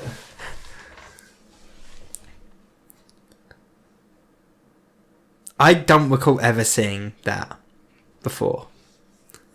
For the audience who can't see Hector, he like genuinely looks concerned right now. That was scary and weird. You must have just gotten like a sense of deja. There's a whole thread. It was all 5 hours ago. Right. How did Arcane lose to Fallout? I'm gonna hold your hand while I say this. Never played Arcane. Never played Fallout. A friend who just saw Wicked asked me to tell him what happens in Act 2, and he just made this face at me the whole time. I've not watched Wicked. I don't care to. Why am I seeing this? That's so weird that I got deja vu over that. I swear I have heard you read that very same tweet to me, because we had the same discussion where you were like, what the fuck is this For You page? I never look at this. And then you clicked on a tweet and you read the exact same thing. And you were like... It was in a podcast, so after this I could try and figure out which podcast that was, and I get up that section, but I couldn't have read that exact tweet. It was 5 hours ago. I don't know. Nah, man, this world's fake. This world's fake. Something's not quite right. I'm on to you, whoever you are setting this up. I'm on to you. I know what you're doing. But yeah, hate it. I feel really paranoid and weird now. I feel really uncomfortable. Dude, it's just deja vu. Everyone gets it. I feel like something's watching me. What's happening? All of the faces in the pictures look weird. I feel so uncomfortable. What are you talking about? I'm finally watching it. I just wanted to say that every big Lib from account on here that said they watched the Lily Phillips documentary and found nothing off about it will be shocked when they arrive at the pearly gates. Alright, there's an easy way of figuring this out. When was this Lily Phillips documentary? Because I've never heard of who this is. Do you know who Lily Phillips is? No. The Lily Phillips documentary was... Oh, it's her. Okay, no, this was recent. It's the woman who slept with 100 men in one day. Did you hear about that? Have you never heard about that? Did we talk about that on the last podcast? No, dude. It was 9 hours ago. Oh, what is happening? What's going on? It was that was talked about, like, that came out within the last like week, and it's only really blown up in the past like 2 days. The fact that the documentary was a week ago. It was about a woman that had sex with 100 people in a single day. Yeah, that's pretty fucked. It is pretty fucked. Fucking whore. Yeah. But yeah, that's so weird that you got such big deja vu from that. Yeah, I've been affected. Genuinely, that has affected me. Dude, I have deja vu all the time, so I get it. Yeah, that's weird. Yeah. That's weird. It's making me question reality. Yeah. I don't know if this is real. I can make it weirder. Please don't. My face is Oh God. Oh Jesus. Yeah. Are you okay? Do you want to take a break? I feel like I feel like that's really ridiculous, but I feel I'll be okay. I'm fine. I'm fucked up. You know, that fucked me up. Alright, so yeah, I've got 2 more topics. Right. The first one I want to talk about for me. Okay. So a couple of weeks ago, some backstory. One of my favourite horror films of all time, genuinely my top 5 horror films, and one that I don't talk about enough. Well, I talk about it in my personal life, but I haven't talked about it enough on the podcast, is the Blair Witch Project. I fucking love the Blair Witch Project. A lot of people don't anymore. They think it's dated, but you got to understand the context behind it. This was a found footage film in a world where before this one there was only one that I know of that was like mainstream, and that wasn't mainstream. You had to like dig it out and find it. It was called Cannibal Holocaust. And when this film was released, the marketing campaign was extraordinary. They filmed this film of 3 teenagers who apparently, the context of the film is that they got lost in the woods, they were never seen again, they disappeared, and they found the tapes and put it together, and you're seeing the final footage of 3 people before they went missing forever. They went hard on this marketing campaign. They set up a fake website like a year in advance where they were posting like updates of the case and like bios. They went around the town of Burkittsville, Maryland, where where it takes place, and put up missing posters of the actors. You know how most films these days they do press? No, there were no press. These actors were unknowns and they were genuinely considered missing, to the point where the main character Heather, her mum was getting like letters and like I don't know, emails. I don't know how relevant the internet was back then, of people being like, "I'm so sorry for your loss. I heard what happened to Heather. Like, man, she was a great girl." Fucking everyone thought these people were dead. And then this film airs at Sundance Film Festival, and people believed it, like really believed it. Like if you look at the found footage films of these days, the most famous one to come out in the 2000s is Paranormal Activity, but everyone knew it was a film. Like they had to have, because it's so unbelievable, you know. Like you're seeing shit that couldn't actually be real. But the Blair Witch Project is so goddamn realistic that you could watch that film and come away with the conclusion that there is no supernatural threat. Maybe it really is just about 3 kids who got lost in the woods and kind of went insane, you know? I love it. It has, for the longest time, ever since I've known it, looked really shit. As in, like, visually. And the reason for that is that they recorded it. They recorded a good amount of the film on this film camera, like a 16mm film camera, like a proper one, and then the other side on video. And then when they were releasing it on home media, DVDs, VHS, the technology wasn't really there to do a proper transfer. So what they did is that for the film segments, they recorded that also on a videotape, but they also had to record the videotape segments on a videotape. And then that was just released. So we were watching a videotape of a videotape and also a videotape of a film. So the videotape just looks terrible, and the videotape film looks as bad as the normal videotape would have. It doesn't look good. And then I see a couple of, maybe like 2 months ago, they found the original like source footage of the videotape and the film, and there was a company working on like a proper restoration of it. And then it came out last month, and I watched it, and man, holy fuck, this is the perfect restoration. It looks fucking stunning, especially when you compare it to what it was. Like the difference, in my opinion, is fucking night and day. And I watched it and I was just so goddamn happy. Like genuinely, I was so fucking, I was overwhelmed with happiness. Like one of my favourite films of all time, and I get to like, it was like I was seeing it again for the first time. And I know that version that is now out there will be out there forever. And that's just how I can watch that film forever. I actually haven't seen the Blair Witch Project. I think you should. I really wanted you to watch it before we went camping. Or even during camping. Jesus. That would have been before the restoration, but I can't imagine a better way of watching the Blair Witch Project than in the middle of the woods. Genuinely, that might be the scariest way of experiencing that film I could ever think of. I think it's a film that's so effective that for some people, if someone went camping and watched that film, there are some people that would immediately pack up their tent and leave. What is the plot? So the plot is, and it's going to sound... A lot of people think these days it's boring, and that's because those people are TikTok brain-rotted fucking dickheads. So the plot is that it's these 3 college students who are recording a documentary about the Blair Witch, which is like an urban legend. An urban legend, by the way, which the creators completely made up and created this whole beautiful mythology. Like, again, before the film was released, you could go onto the Blair Witch website and read about the urban legend, the Blair Witch. They even made 2 fake documentaries that aired on a real documentary channel about the Blair Witch, where they interviewed actors who were the family of the kids that went missing.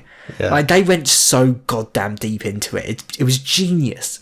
But they're filming a documentary about the Blair Witch. They go into the Blair Witch woods, and everything's going well until they stumble on what appears to be like a voodoo burial ground, and they accidentally like cause damage. And after that point, they never leave the woods. They're stuck in the woods. They get lost in the woods, and things are happening that, you know, because again, you could watch the film and believe there's nothing supernatural happening, because you never see the Blair Witch on camera. You never do. And like you know, it's just I think it's so goddamn brilliant. Like the kids will be in the tent and it'll be dead quiet and you'll hear like rustling. And then you'll hear them be like, is that laughing? Is that like children laughing? As if they can hear it. And you can't.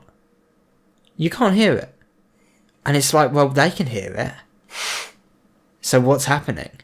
You know? It has one of the most famous endings of all time too. Like, truly, like, an iconic ending where after days... I feel bad because you've got to watch this film. I hate the fact I'm spoiling it for you right now. But I know you... I truly believe it will hype you up for it. But after days of wandering the woods and growing to, like, hate each other and, like, basically just going mad, one of the group vanishes. And again, you've got the different interpretations. Maybe the Blair Witch got him. Maybe he just fucking wandered off because he's like desperate to get out of the woods. Maybe, and this is a fan theory that isn't true, but I love, because there's 2 guys and a girl, and there's a fan theory that the 2 guys led the girl out there just to murder her and are like fucking with her the entire time. I don't believe that. But I could understand how you could watch it and see that. Film theory, fucking Matt Pat made a video about that film theory. And I don't believe it, but you could believe it. But then at the end of the film, they find a house. And they go into the house and they're running around, and the last 2 survivors get like separated. And then you see one of them, because they both got 2 cameras, one of them goes into the basement and their camera cuts, essentially. And then you get Heather's camera, where she's like screaming, and she runs down into the basement, and the last shot of the film is that other survivor just standing in a corner facing the wall. Just completely motionless, not reacting to her screams in the slightest. And she's screaming at his name, Mike, Mike. And you're seeing that lingering shot, and then just dead silence, and the camera drops. And the camera runs for a couple more seconds and then just cuts.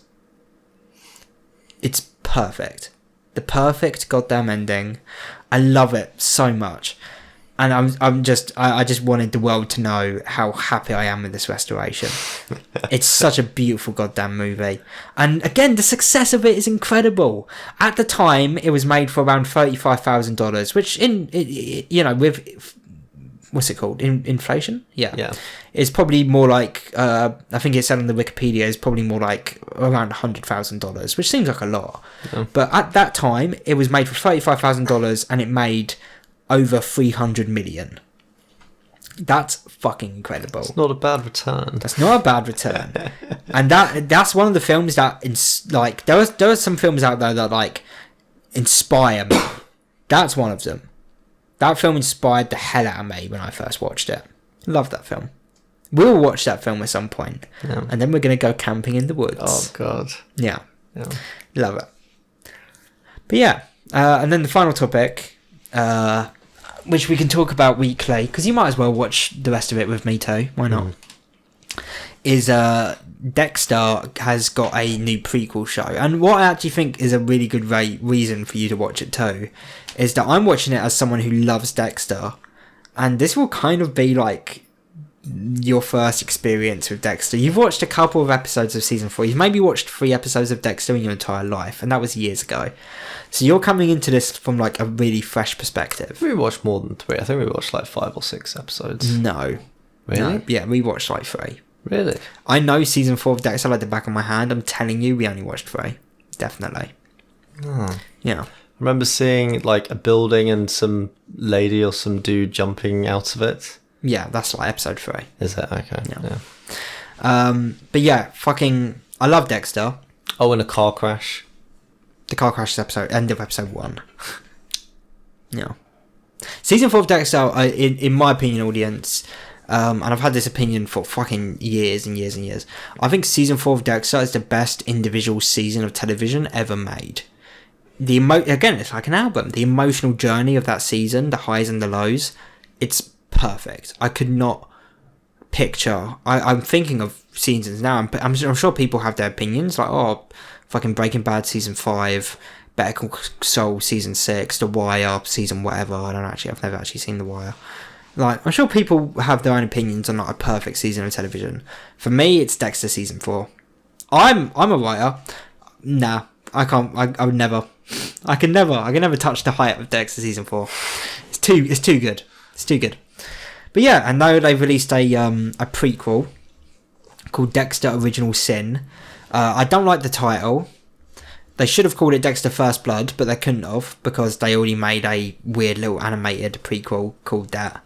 And the first episode came out. If I remember correctly, it was called and first there was, and in the beginning. Yeah, and in the beginning. And in the beginning, yeah. What did you think? Mid. Yeah. Kind of. But I think it was mid for a good reason. First of all, I think the first half of the episode is the worst of it.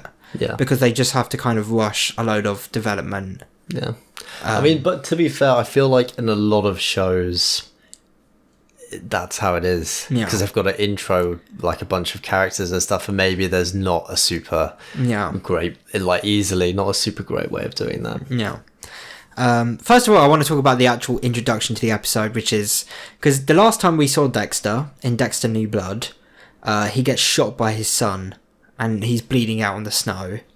And because that's where that show ends, a lot of people at the time, very much including me, were like, damn, Dexter's dead. That's how they end it. Damn. But in the beginning of this one, you see that no, he didn't die. He gets rushed to the hospital. And he's got a pulse, and what this is basically a flashback that he's having of, like, you know, the moment before you die, you're supposed to see your entire life, blah, blah, blah. I appreciate that. It does cheapen the end of New Blood, but that's good, because the end of New Blood is fucking horrible. I hate that ending so much. This episode really, I think the later half, basically as soon as Harry has the heart attack and he's in the hospital and you meet the nurse, I think all that stuff's actually pretty good. That's like classic Dexter. And also, we've seen all of this before. They've covered the fact that was his first kill in the show, where you had the 30-year-old Michael C. Hall wearing a long wig, killing the nurse. And now we know that he actually didn't look 30 at that time. We all thought he did, but no, he did look like a young man, I guess. And now that they've ended it where he kind of has to be, like, you know, Dexter is famously a blood splatter analyst. He works for the cops. That was his first kill. That's all established in flashback. But now they've ended it there. I feel like this is basically an entire episode of like exposition. It might not in execution, but like in concept. This might as well have all been, you know, that. And now they can actually get to like original material and like new shit, you know. This episode has a couple of retcons I want to quickly bring up. First of all, Deb is very feminine in this episode. His sister, and she is a bitch. You kept saying she was a bitch throughout the episode. Deb is kind of a bitch, but like she's a good bitch, and she's also very much a tomboy. Like in the original series, she wears like shirts and slacks. Like she's like skinny, and like they mention it in the show, but like she's very flat chested because the actress is. She's still lovely. But this one, like she's wearing like mini skirts and like crop tops, and she plays volleyball and shit like that. Well, no, Deb in the original series could also be considered kind of a slut. She has like many boyfriends, but I just mean in terms of like the appearance and like the way she's presenting herself. Yeah. I don't know. Apart from the appearance, though, the actress, I think, fucking nailed it. That she matches Deb's energy 100%. Patrick Gibson, who plays Dexter, I was cautiously optimistic. I think he's great, personally. Yeah, I think he's good. Yeah. I at first, when they announced that Michael C. Hall, the original Dexter, would be his narration, I really liked that. I kind of don't anymore. Because I feel like Patrick Gibson's missing out on that. Like because the narration's a big part of Dexter. Every single episode has that sort of narration all throughout, and like it's just gonna be Michael C. Hall the entire time. Patrick Gibson doesn't get to do that. I feel kind of bad for him. I'd feel bad for him, to be honest. He should be allowed to do his narration. You know. Yeah. I like the gimmick, and I like that I can. You know, that way Michael C. Hall is still in the show. But like, man, no. Well, I guess because technically this is the flashback of the guy. Yeah, which is how they've justified it. Yeah. But I don't know. I feel bad. I feel bad for him because the narration is such a big part of it. It really is. Mm-hmm. But I like him. I think he has the energy needed where like he's kind of detached, and you can tell he's kind of like, because like Dexter in the original show is like perfectly formed. Well, in this one, he's still very much coming to terms with the fact that he is a sociopath. Like, I think a really great example of that is when he's killing the nurse, he's missing Deb's volleyball rehearsal thing or match, whatever it was. Yeah. Dexter, as we know him in the original show, wouldn't have done that. He would have waited for the kill. He would have gone to the volleyball match not to hurt, because he doesn't want to hurt Deborah's feelings. But in this one, he just didn't think. I don't even think he did. He forgot. He completely forgot about the volleyball thing because he was so obsessed with the kill. And you can see that he does feel bad in his own way about that. You know. His hair is stupid in the entire episode until he gets the haircut. Yeah. But we've known his hair was stupid because of the flashbacks, so I can't hold that against him. Yeah. Harry, you had an opinion about Harry's actor, the dad, which was that he was wooden. Yeah. Yeah, kind of. I mean, I'm not gonna. Hopefully he'll pick up. He didn't really do that much in this episode. He mainly just gave a couple of speeches and then had a heart attack. And then gave another speech and cried a bit. Yeah. But yeah, I will say pretty wooden performance. Yeah. I get it. He's in another show called Mr. Robot, which I've only seen the first season of, but I know it was ages ago, but I remember him fondly from that show. I don't remember thinking he was bad. So we'll see. I mean, you could just need to grow into the role. Exactly. Yeah. But also, Harry is from the show, from the original show. I'm not going to give you any spoilers, anything like major, but he's kind of a dick. So maybe we'll see more of that side of him. What else? What do you think of the supporting characters? What do you think of all the people at the police station? Because most of them are characters in the original show, and like they've cast the young versions of them. I thought they're all good. Yeah, I mean, I thought they were all well played. Like, there wasn't really anything bad in the episode. No. You didn't like. I felt like you didn't like Masuka, The Oh yeah, but I mean that's I didn't like the character. The character is cringy. Like it wasn't like bad performance. Yeah, it wasn't like bad performance or bad quality. It was just it was the character. He's unlikable. Yeah. One thing I noticed in the show, which I thought was weird, was the amount of like weird CGI transitions, especially like at the is it the intro or at the beginning? Yeah, with the hospital. Yeah. Like at first I was like, whoa, what is this, a video game? It didn't look like it was a real car. No, I had the exact same opinion because that's new to this show. They didn't do that in the original or the fucking New Blood. So then it kept happening and I was like, I don't like that. I don't like it. That weird one they do where it zooms out into the white. I get why they're doing it because it's a flashback, Dexter's dying, whatever. I still was like, I don't care for that. The car one was the worst. Yeah, the car one. Or the hospital one was pretty bad too, where it cuts from the hospital and then it says emerge. Yeah. And then it like goes back into the hospital, back into Dexter. I thought that sucks. Yeah. Weird song choices too. Like that sudden cut to freedom. Oh yeah. I thought it was pretty funny. What did you think of the actual kill scene? I feel like they could have made it bigger. Yeah.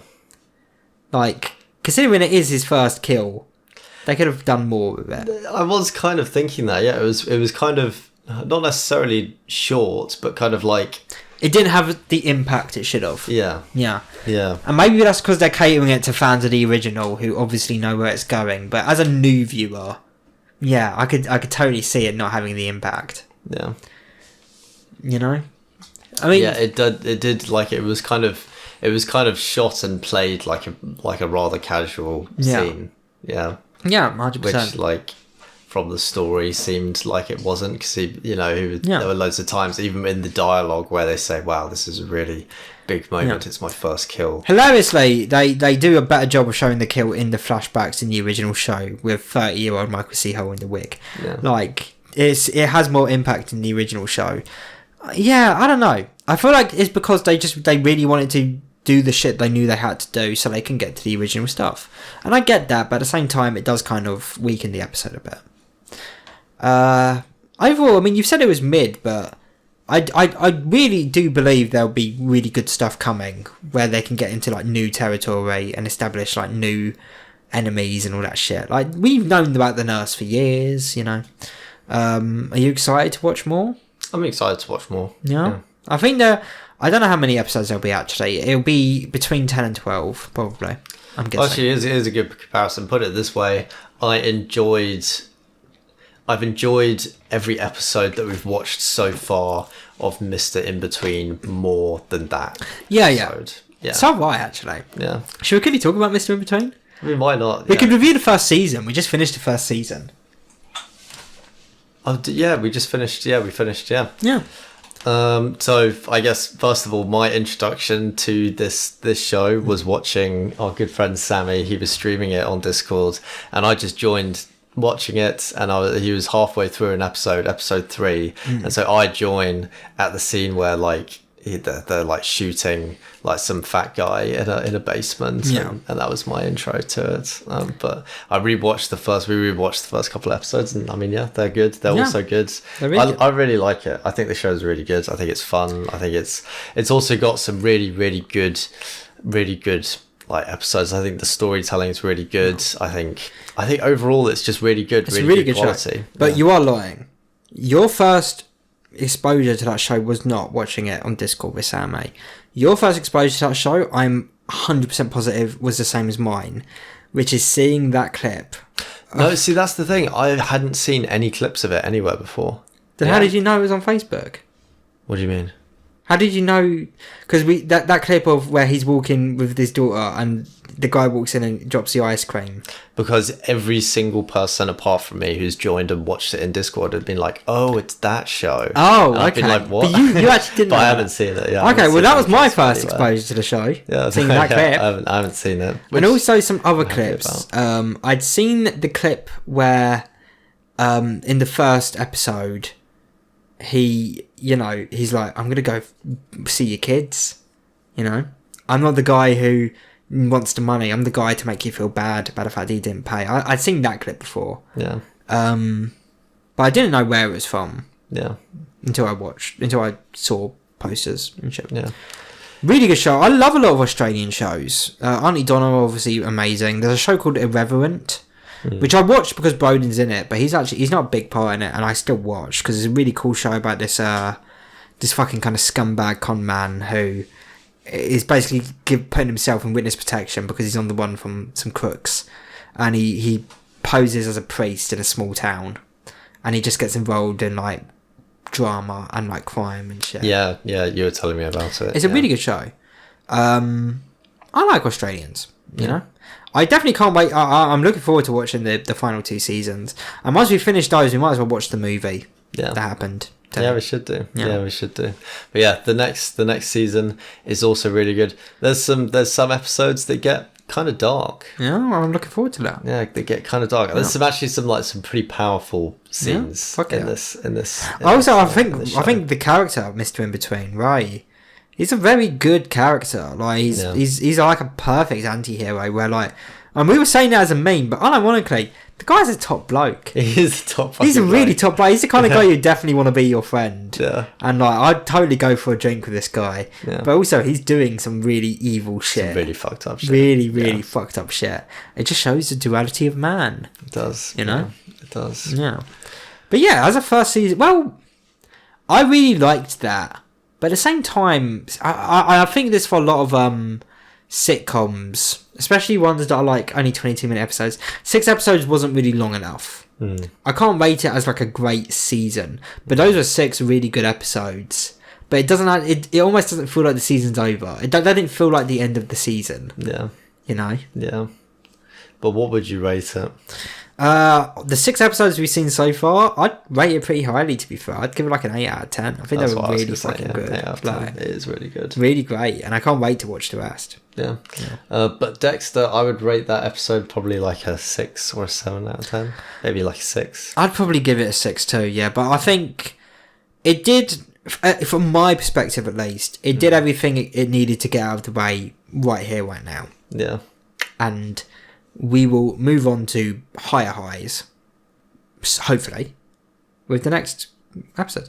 I am curious as to whether or not this is going to be a 1-season show.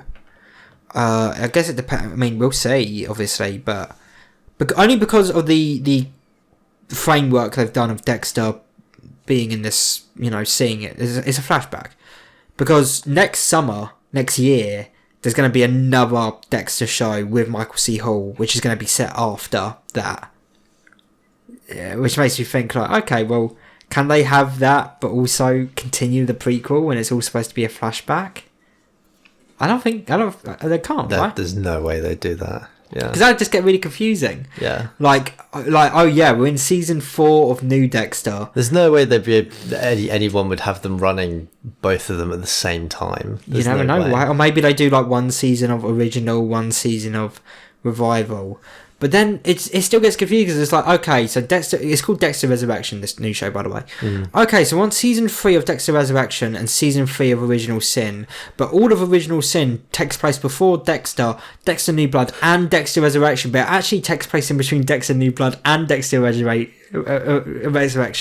because at the beginning of Dexter Resurrection he thinks he's dying, and this is all a flashback he's having at the end of New Blood, and it's like, what the fuck are you talking about, guy? What do you mean? Is this a normal prequel or not? Well, it is a prequel, but it's all flashback, because see, he's in the hospital. What are you talking about? Flashback. It's a flashback. It's a flashback in a flashback. Yeah. So yeah, I could see this maybe being a one and done. But they've said that Dexter Resurrection could go for multiple seasons depending on if it's good. I don't know, I guess we'll see where it ends.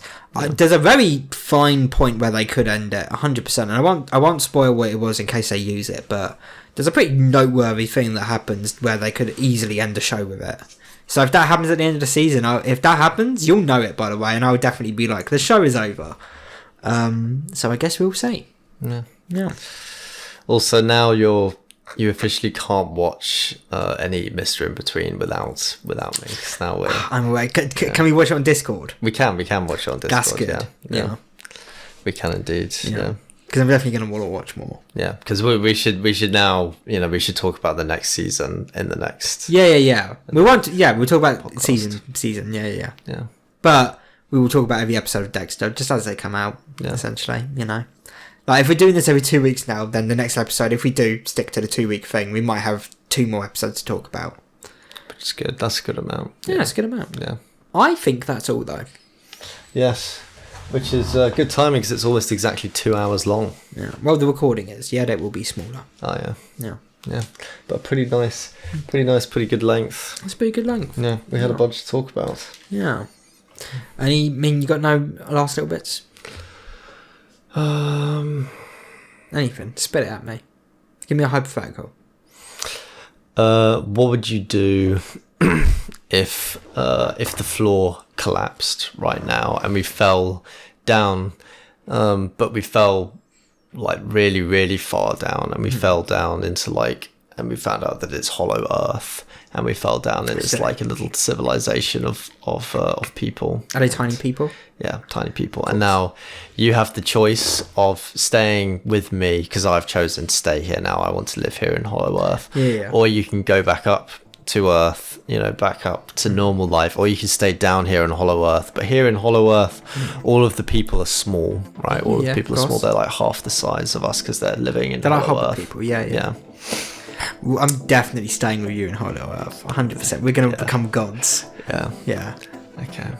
That's all right. Cool. Yeah. All right. Thank you for listening. I like that. And we'll catch you in the next one. Goodbye. Bye.